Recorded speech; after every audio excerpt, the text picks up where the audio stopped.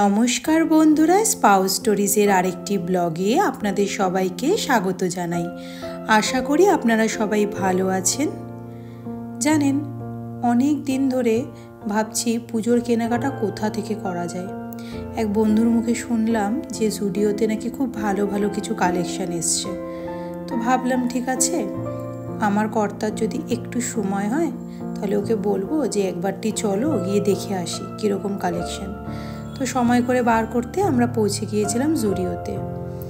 গিয়ে সেই চোখ ধাঁধানো কালেকশান দেখে আর চোখ ফেরাতে পারছি না। মন করছে এইটা কিনি ওটা কিনি, সবটাই কিনে ফেলি। দেখুন কি সুন্দর সুন্দর কালেকশানগুলো।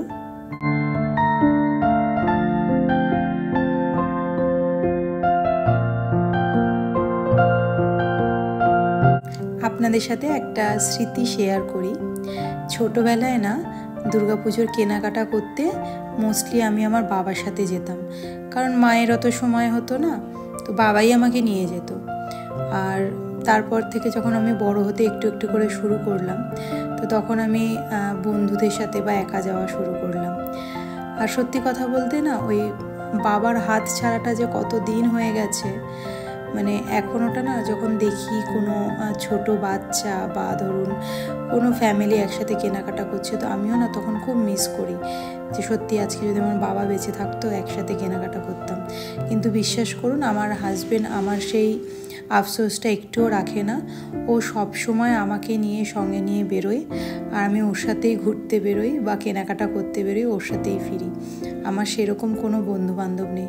আমার বন্ধু বলুন, আমার আত্মীয় বলুন, পরিজন বলুন, গার্জেন বলুন, যেটুকু সেটুকু আমার হাজব্যান্ডই। ওই জন্য যেখানে যখন যাওয়ার ওর হাত ধরেই চলে যায়। ছোটোবেলায় খুব মজা হতো জানেন তো, এই কেনাকাটা করতে গিয়ে না এটা কিনবো ওটা কিনবো করে বায়না করতাম। আর যদি বাবা বলতো যে এটা ভালো না, নিচে টান টান করে শুয়ে যেতাম আর বকাও খেতাম। বেশ ভালো লাগে জানেন তো এই স্মৃতিগুলো মনে পড়লে। একবার এই আজকে কেনাকাটা করতে করতে মনে পড়লো যে আপনাদের সাথে ছোটোবেলার এই স্মৃতিটা শেয়ার করি, তাই করলাম। কি সুন্দর জুতো আর কসমেটিক্সের কালেকশন। যাক বাবা, আমার তো আর এখানে কোনো কাজ নেই, এখন কাজ যেখানে সেখানে যেতে হবে। সেটা হচ্ছে ও এসছে নিজের জন্য একটা জিন্স নিতে, আর ওই বৃষ্টি হচ্ছে না সেই জন্য ভাবছিল যে একটা ভালো জুতো পেলে জুতো নেবে। আর বেশি কিছু ও নিচ্ছে না, কারণ আমরা এই আগস্ট মাসে যে সেলটা হয়েছিল জুডিওতে প্রচুর কেনাকাটা করেছে, ওই জন্য সেরকম খুব একটা কিনবে না। অলরেডি অনেক ধরা জামা কাপড়ও রয়েছে পরা, ওই জন্যই ও বেসিক্যালি জিন্স খুঁজছিল আর জুতো।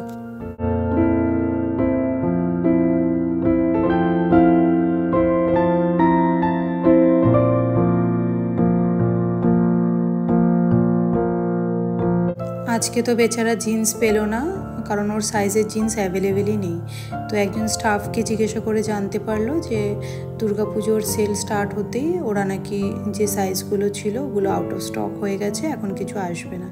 তাই ও জুতোটা নিয়ে নিল। আমি বললাম তাহলে আর কি করবে, যখন পেলে না তাহলে একটা কাজ করো, বিলিং কাউন্টারে চলো, বিল করে বেরোই। তো এই যেতে যেতে আশেপাশে বাচ্চাদের কচি কাচাদের এত সুন্দর সুন্দর কালেকশান এসছে, ওইগুলোই একটু চোখ মিলিয়ে দেখে নিচ্ছিলাম। যাই হোক, এইবার আমরা বিলিং কাউন্টারে চলে এসেছি, কারণ বিল করে এবার আমাদের বাড়ি বেরোনোর আছে, বাড়িতে গিয়ে কাজও রয়েছে। তো আজকের ব্লগটা আমি এখানেই শেষ করছি। ব্লগটা কেমন লাগলো জানাবেন, ভালো লাগলে একটা লাইক, শেয়ার, কমেন্টস করে দেবেন অবশ্যই। আর আপনারা যদি আমার চ্যানেলে নতুন হন তাহলে চ্যানেলকে সাবস্ক্রাইব করতে ভুলবেন না। দেখা হচ্ছে খুব শিগগিরই অন্য একটা ব্লগে। ততক্ষণ সবাই ভালো থাকবেন, সুস্থ থাকবেন, ভালো রাখবেন।